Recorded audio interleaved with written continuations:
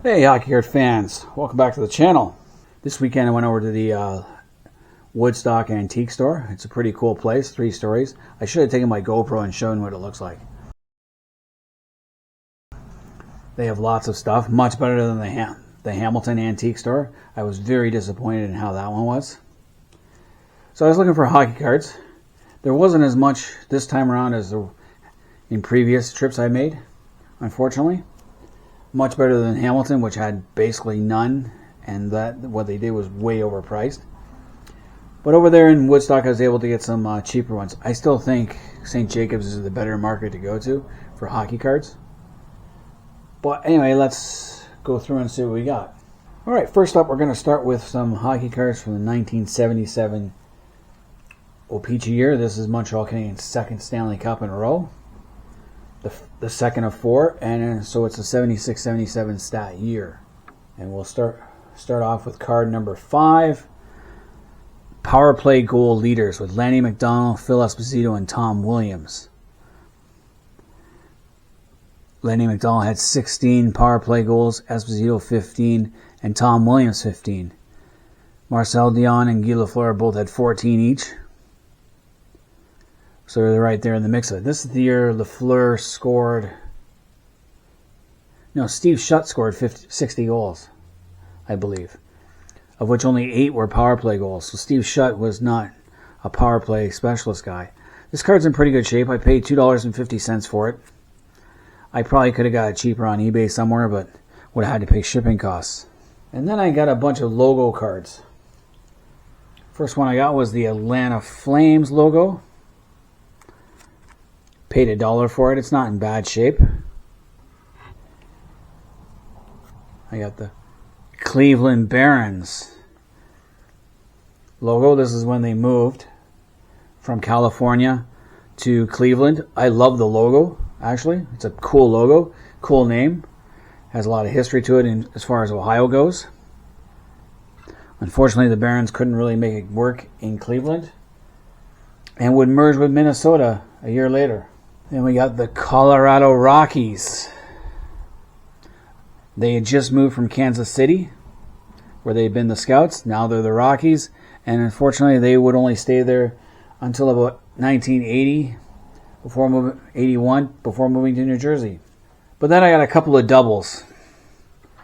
I didn't have my list with me, so I wasn't sure exactly if I had these or not. So these 4 I didn't have.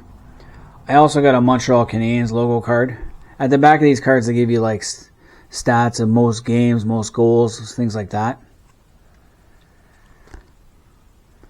So I'm going to see which one is better and make a decision. The Washington Capitals team card. I only paid $1 for each of these cards. Washington wasn't in the league long because Jerry Meehan has the most goals in Washington Caps history of 44 at this point. This is only their second season in existence, or is it third? I think it's their third season in existence, so they didn't have a lot of going for them at this point. So 2 cards that I have already. Put those over here. Now we're going to the 75 O-PEE-CHEE set. And one of the first cards I got was a checklist, unmarked, in great shape. Paid $2 for it. Only thing wrong with it is the cut. It's cut a little short over here. But it's in really good shape. No marks on it. Gotta love it. This is the second year that the Philadelphia Flyers won the Stanley Cup. So they won 2 back-to-back, and this is the second one. Then we have left winger Minnesota North Stars Norm Gratton. Don't know much about him. This is not a rookie card. Not a big star. This might actually be his last card. Played for the Rangers, Atlanta, and Buffalo in his career. Paid $1 for it. It's not in bad shape. Then we got Detroit Red Wings right winger Phil Roberto. He won a Stanley Cup in Montreal. Then he played for St. Louis Blues. And then a bunch of other teams.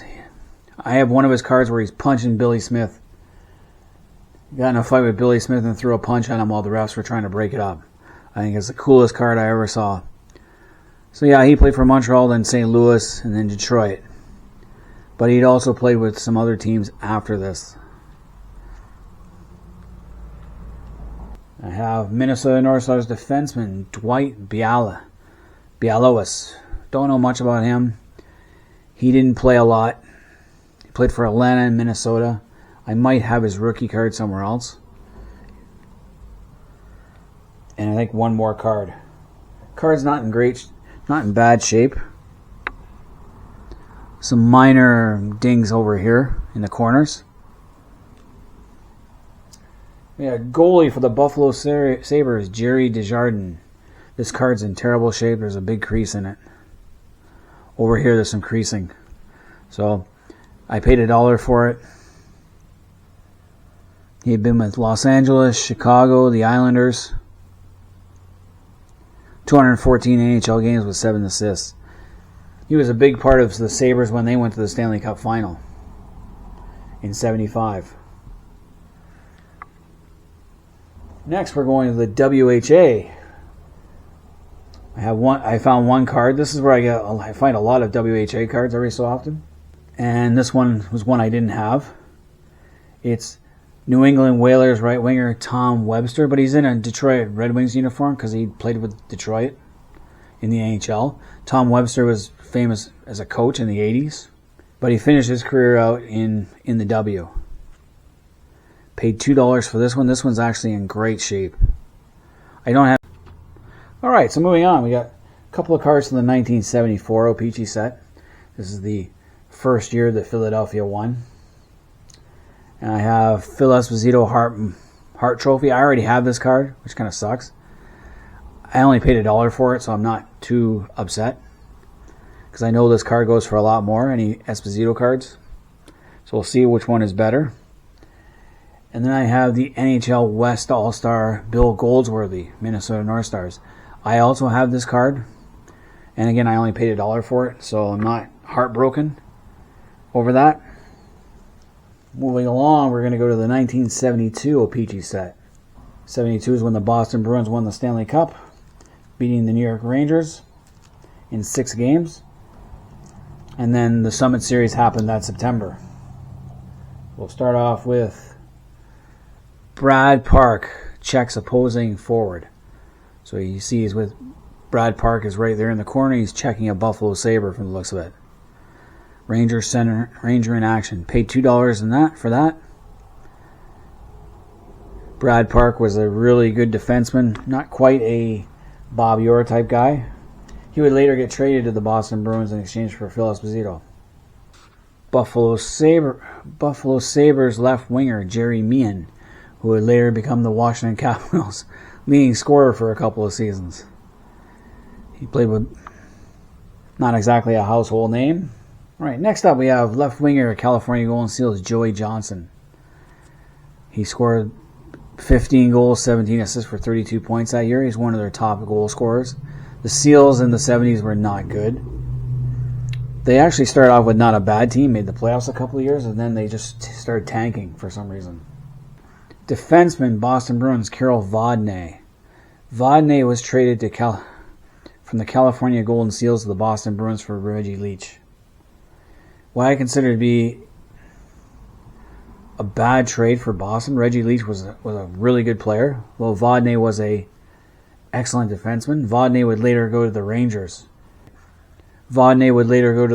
He was part of the Brad Park, Jean Rattel, and Esposito. So Boston sent Vodney and Esposito to the Rangers in exchange for Rattel and Park.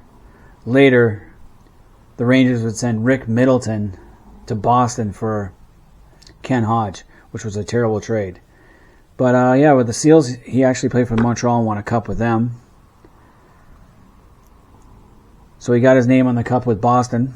But he had pretty good years in Oakland. 24 goals, 20 assists for 44 points. For a defenseman with an expansion type team, good player. Then we have Philadelphia Flyers center Rick McLeish. He was a big part of their 2 Stanley Cups. It was a long-time Flyer right up until the early 80s when he got traded to...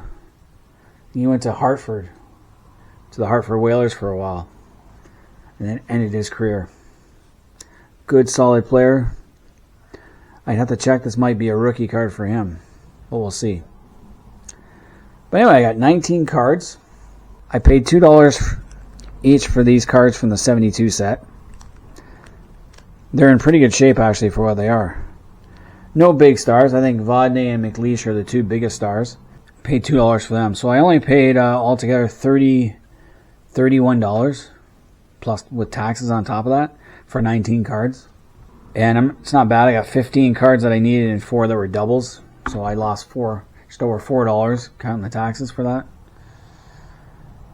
So not bad. They're from different sets. When I go to these antique stores, I really don't have a clue. I got to pick what I can. This time around, there wasn't as much to choose from for what I'm looking for. And I only had like an hour and a half time to spend looking around too. So it's not like I had lots and lots of time to take my time, go through everything.